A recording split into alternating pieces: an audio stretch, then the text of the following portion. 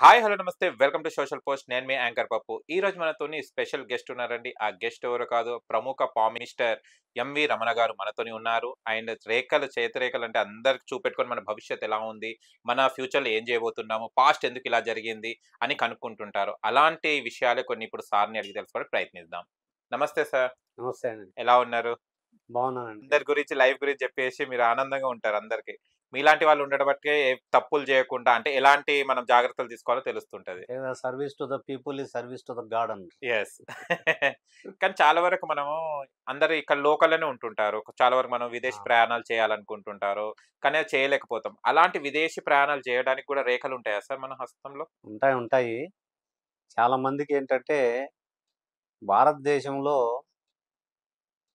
చాలామంది highly educated person technological పరంగా BTech గాని, ఎంటెక్ గాని, లేదా ఎంసీఏ గాని చేసిన పిల్లలకి ఇతర దేశాలకు వెళ్తుంటారు వాళ్ళు. అవును. ఇప్పుడున్న సాఫ్ట్‌వేర్ రంగంలో మంచి మంచి ఉద్యోగాలు, సౌకర్యాలు ఇతర దేశాల్లో ఉన్నాయని చాలామంది అమెరికాకి, జర్మనీకి, లండన్‌కి, ఆస్ట్రేలియాకి, జర్మనీకి ఇట్లా వెళ్ళిపోతున్నారు.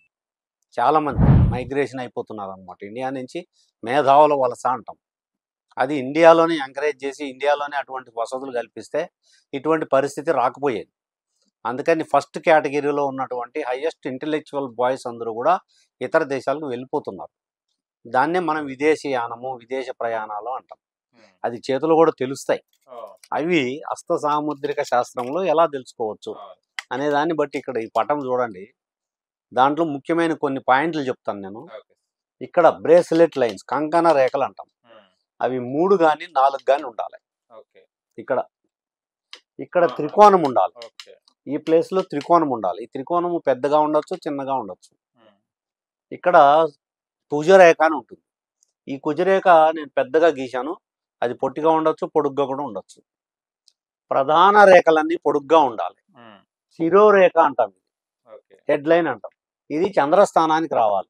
ఇదంతా చంద్రస్థానం అంటాం. ఈ చంద్రస్థానంలో పైకి అడ్డు రేఖలు ఉండాలి. దీన్ని ప్రయాణ రేఖలు అంటాం. హ్మ్. లైన్స్ ఆఫ్ వాయేజెస్ అంటాం ఈ 2 రేఖలు. అదేవిధంగా చేతిలో చంద్రస్థానంతో పాటు హృదయ రేఖ కూడా ఇట్లా చీలికై ఉండాలి. ఓకే. తర్వాత గ్రహస్థాన ప్రధానంగా బుధుడు, చంద్రుడు బలంగా ఉండాలి. ఇతర దేశాలకు వెళ్ళడానికి రాహు కూడా కారణం కాబట్టి రాహు స్థానంలో ట్రయాంగిల్ ఉండాలి. హ్మ్. బొటన వేలు పొడుగ్గా ఉండాలి. వీళ్ళు ఇతర దేశాలకు వెళ్ళడానికి అవకాశాలు ఉంటాయి. ఓకే. అయితే ఈ చంద్రస్థానంలో క్రాస్ మార్క్ ఉండకూడదు. ఇక్కడ చాలా మందికి ఏంటంటే క్రాస్ మార్క్ ఉంటుంది ఇక్కడ ఇట్లా. ఈ క్రాస్ మార్క్ గాన ఈ చంద్రస్థానంలో ఈ క్రాస్ మార్క్ గాన ఉన్నట్లయితే హ్మ్. ఇతర దేశాలకు వెళ్ళినటువంటి వాళ్ళు అక్కడ సముద్రంలో కానీ, హ్మ్. లేదా డేంజర్ ఫ్రమ్ వాటర్ ప్రయాణాల వల్ల కానీ, లేదా నీటి గండాల వల్ల కానీ, వరదలు, వాగులు, వంకలు, ఓహ్! సముద్రాలు లేదా జలపాతాల్లో కానీ పడి మరణించే అవకాశాలు కూడా ఉంటాయి విదేశాల్లో. విదేశాల్లో. అచ్చా! మన దేశంలో కూడా జరగచ్చు. ఓకే. కాబట్టి ఈ ఉండడం, ఈ శిరోరేఖ చంద్రస్థానం చేరడం, వీటన్నిటినీ ప్రయాణ రేఖలు అంటాం. హ్మ్. ఇవి ఎవరికైతే ఉంటాయో వాళ్ళు ఇతర దేశాలకు వెళ్తారు. హ్మ్. వాళ్ళు ఎవరైనా కావచ్చు, ఏ రంగమైనా కావచ్చు. ఓకే. వ్యాపారస్తులు వెళ్తున్నారు కొంతమంది బీటెక్ చదివి, ఎంటెక్ చదివి అక్కడ మనకు సాఫ్ట్వేర్ ఇంజనీర్స్గా కొంతమంది వెళ్తున్నారు. హార్డ్వేర్ ఇంజనీర్స్గా కొంతమంది వెళ్తున్నారు. డాక్టర్స్ కోసం కొంతమంది వెళ్తున్నారు అక్కడ చదువుకోవడానికి, ఎంఎస్ చదువుకోవడానికి, హైయర్ ఎడ్యుకేషన్కి వెళ్తున్నారు. అదేవిధంగా కొంతమంది వ్యాపారస్తులు వెళ్తున్నారు. హ్మ్. రకరకాల వ్యాపారాలు ఉంటాయి. ఓకే. కాబట్టి ఈ ఏ దానికోసం వెళ్ళినా, వ్యాపారం కోసం కానీ, లేదా చదువు కోసం కానీ, లేదా ఉద్యోగం కోసం కానీ, అది ఏ ఉద్యోగమైనా, కొంతమంది టీచర్స్గా, కొంతమంది ఆర్టిస్ట్గా, కొంతమంది వర్కర్స్గా, ఇప్పుడు దుబాయ్ వెళ్తున్నారు చాలామంది. అక్కడ పెయిడ్ వర్కర్స్గా, ఇండ్లలో పనిచేసే వాళ్ళుగా, డ్రైవర్స్గా, మెకానిక్స్గా వెళ్తున్నారు. ఆ! అట్లా రకరకాల ఆదాయ వనరులు ఉన్నాయి అక్కడ. హ్మ్. సోర్సెస్ ఆఫ్ ఇన్కమ్ అంటాం. దానికోసం ఇతర దేశాలకు వెళ్ళేదానికి ఈ లైన్స్ ఉండాలి. అంటే ఇప్పుడు వెళ్ళిన తర్వాత సక్సెస్ అయితామా కాదని కూడా చెప్పొచ్చా సార్? వెళ్ళిన తర్వాత ఈ లైన్స్ బాగుంటే సక్సెస్ అవుతారు అక్కడ, ఆ! ఏం డౌట్ లేదు. ఓకే. వెళ్ళకుండా ఉన్నట్టు సక్సెస్ అనేది లేకుండా ఉంటే వెళ్ళడమే జరగదు అసలు. ఆహా! ఈ లైన్సే ఉండవు. ఓకే. ఇంకో రెమెడీ ఏందంటే దీనికి ఈ లైన్స్ సరిగ్గా లేకుండా, కొంత అస్పష్టంగా ఉండి, ఇంకా డెవలప్ కాకుండా అండర్ డెవలప్డ్ లైన్స్ అంటాం. ఇప్పుడిప్పుడే ఏర్పడుతూ ఉంటాయి. లైట్‌గా. కొంతమందికి లైట్గా అప్పుడప్పుడే వస్తుంటాయి. అవి థిక్గా ఉండాలి, బలంగా ఉండాలి. హ్మ్. అటువంటి వాళ్ళకి ఏంటంటే రెమెడీ చేసుకోవాలి. ఎలా సార్? ఈ లైన్స్ని ప్రెస్ చేసుకోవడం, హ్మ్. చేతులను ఇట్లా ప్రెస్ చేసుకోవడం.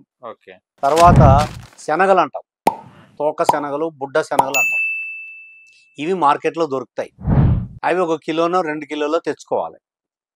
తెచ్చుకొని ఈరోజు సాయంత్రం పిడికెడు తీసుకొని గుప్పెడు మంచి నీటిలో నానబెట్టుకోవాలి.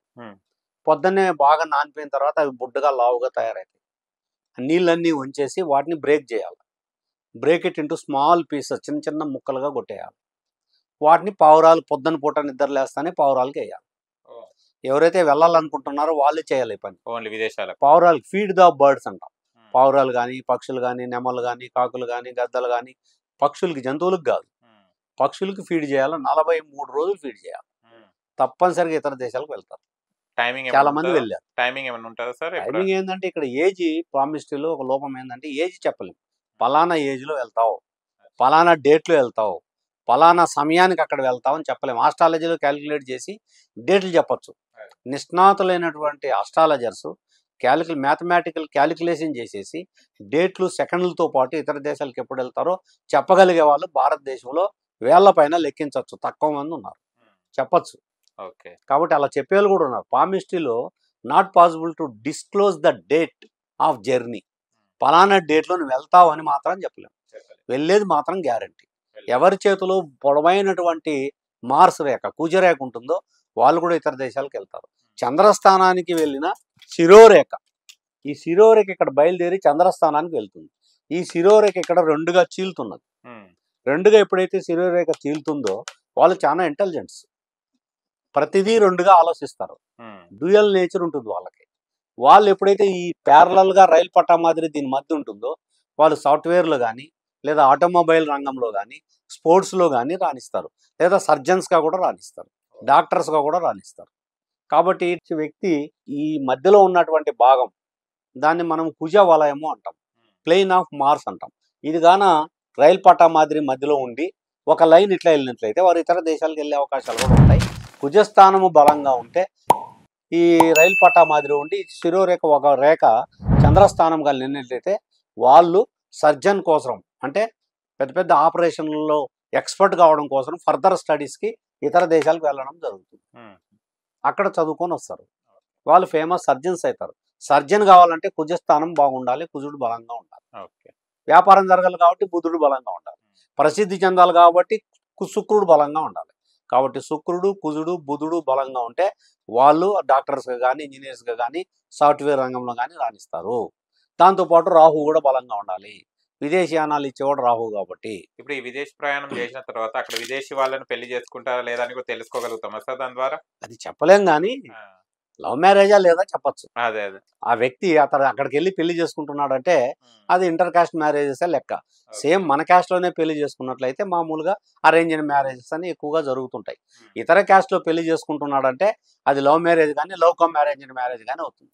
లవ్ మ్యారేజ్ చేసుకుంటాడా లేదా అనేది కూడా చైల్డ్ చూసి చెప్పేయచ్చు. లవ్ మ్యారేజా అరేంజ్డ్ మ్యారేజ్ అని చెప్పేయచ్చు. ఓకే.